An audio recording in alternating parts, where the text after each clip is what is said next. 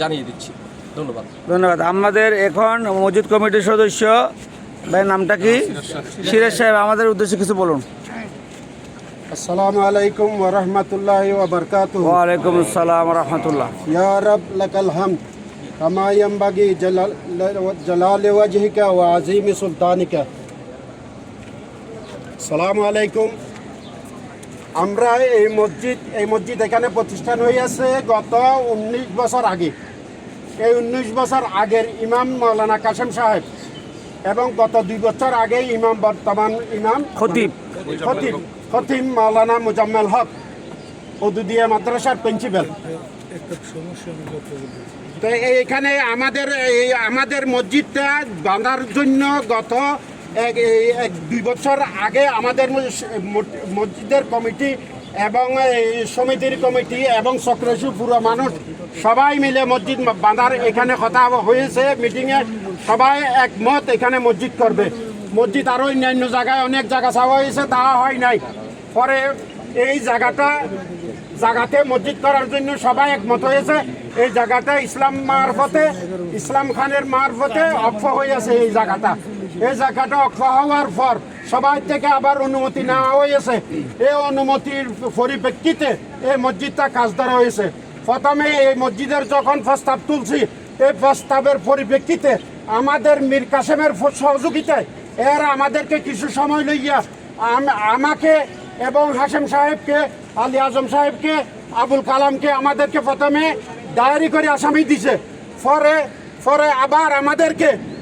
আবার আমাদেরকে আমরা 7 জনকে, ইসলাম সাহেবকে, হাশেম সাহেবকে, সিরাজুল ইসলাম সাহেবকে, আরেকজন হানিফ সাহেবকে আমাদেরকে আসামি দিয়েছে। বর্তমান এই রকম আসামি যদি 112 দেয় আমরা এই মসজিদ থেকে পিছপা হব না।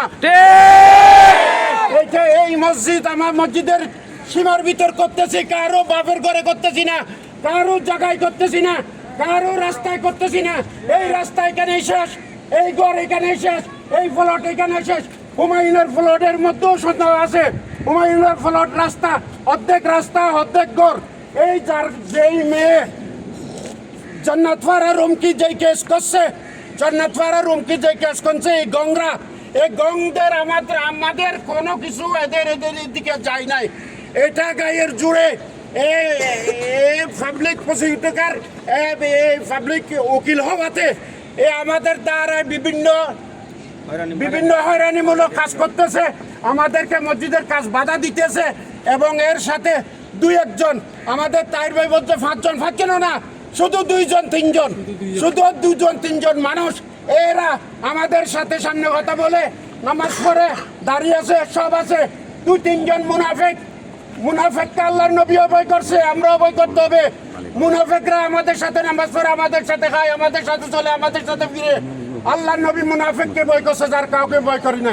আমরাও মুনাফেককে ভয় করি, আর কাউকে ভয় করি না। এই মসজিদে যদি আমরা শহীদ হয়ে যাব, এরপরও এখানে মসজিদ হব। আপনারা সবাই মসজিদ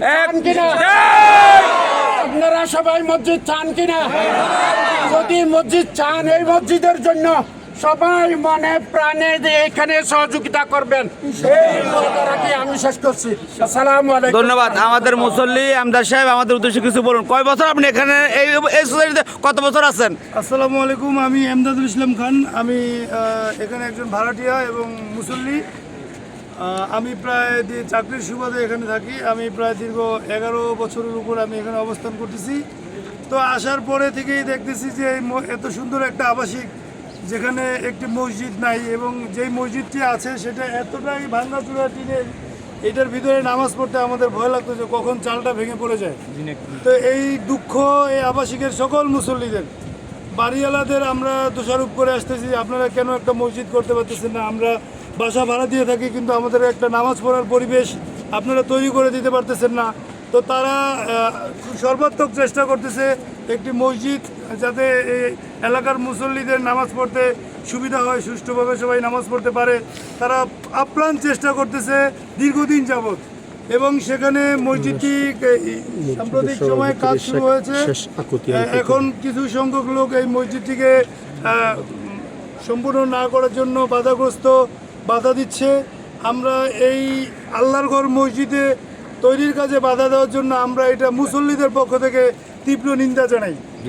আমরা প্রশাসনের কাছে দাবি করছি যে আপনারা সুষ্ঠু তদন্ত করেন, মুসল্লিদের মতামত নেন এবং দালিলিক যেই সমস্যা, এটা এই এলাকার যারা বাসিন্দা বা প্লট মালিক তারা জানে যে কি কি সমস্যা সুবিধা অসুবিধা, তাদের কাছ থেকে আপনারা কাগজপত্র দলিলের মাধ্যমে সুনির্দিষ্টভাবে প্রমাণ করেন এবং মুসল্লিদের মতামতের ভিত্তিতে আমরা চাই এই মসজিদটি এখানে হোক এবং আমরা সুষ্ঠুভাবে নামাজ পড়তে পারি, ইবাদত করতে পারি।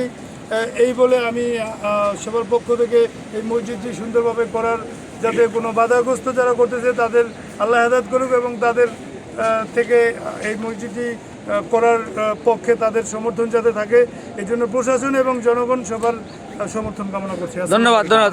আমরা এখন শেষে চলে আসছি। আমাদের মসজিদ কমিটির সভাপতি, যিনি অনেক কষ্ট করে এই মসজিদটা নিজের ঘরের নিজে পানি দেয়, নিজে পিলারের মধ্যে পানি দেয়, লেবার হাতে নিজে কাজ করে।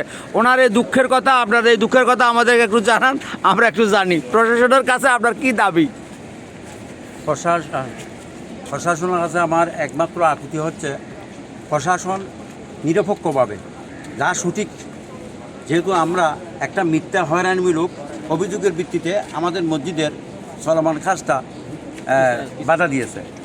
তা আমি চাই প্রশাসন নিরপেক্ষভাবে এসে তদন্তের মাধ্যমে অতি সহসাত, যেহেতু সামনে রমজান মাস আসতেছে, আমাদের চলমান কাজটা পুনরায় চালু করতে পারি এবং বেআইনি বাধাটা প্রশাসন কর্তৃক দূর করে দেয়। আর যেহেতু 61 নম্বর প্লটের মালিকের সাথে আমাদের কোনো সবুদ্ধি নাই, 61 নম্বর প্লটের মালিক মিথ্যাভাবে বলেছে প্লটের সামনের চলাচলের রাস্তায় আমরা মসজিদ বিল্ডিং নির্মাণ করতেছি। এটা সম্পূর্ণ মিথ্যা কথা। 61 নম্বর প্লটের সামনের রাস্তায় যেটা আছে 20 ফুট, আমরা মসজিদ মুসল্লিগণ এবং 69 নম্বর প্লটের মালিক, 61 নম্বর প্লটের মালিক সর্বসাধারণের চলাচলের জন্য উন্মুক্ত রয়েছে। সুতরাং এই রাস্তা এটা মিথ্যা একটা অভিযোগ। আর 69 নম্বর প্লট মালিক আমাদের সাথেই আছে, ওনার যথেষ্ট সহযোগিতা আছে, ওনাদের কোনো আপত্তি নাই। আর উত্তর পাশে আমাদের সৌদি হচ্ছে নালা, রাস্তা নাই। আর পশ্চিম পাশে আমাদের হুমায়ুন কবির ভাই মরহুম, ওনার আমাদের সৌদি, ওনাদের ওইখানে আমাদের মসজিদ যেখানে আজকে প্রায় দীর্ঘ 1.5 যুগের অধিককাল ধরে মসজিদ চলমান আছে। মসজিদের জায়গায় মসজিদের অপ্রাকৃত দলিলের ভিতরে মসজিদকে আমরা পূর্ণ সংস্কার করতেছি। আমরা কারো জায়গায় এবং কারো ক্ষতি করিয়া, রাস্তা প্রতিবন্ধকতা সৃষ্টি করিয়া আইনের প্রতি আমরা যথেষ্ট সহনশীল।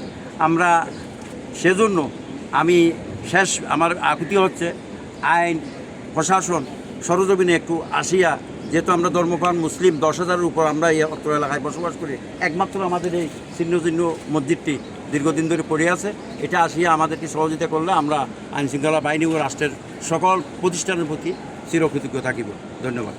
ধন্যবাদ আপনাকে। আমরা আজকে সকলকে ধন্যবাদ জানিয়ে আজকে প্রোগ্রামে শেষ করতে। আসসালামু আলাইকুম ওয়া রাহমাতুল্লাহ।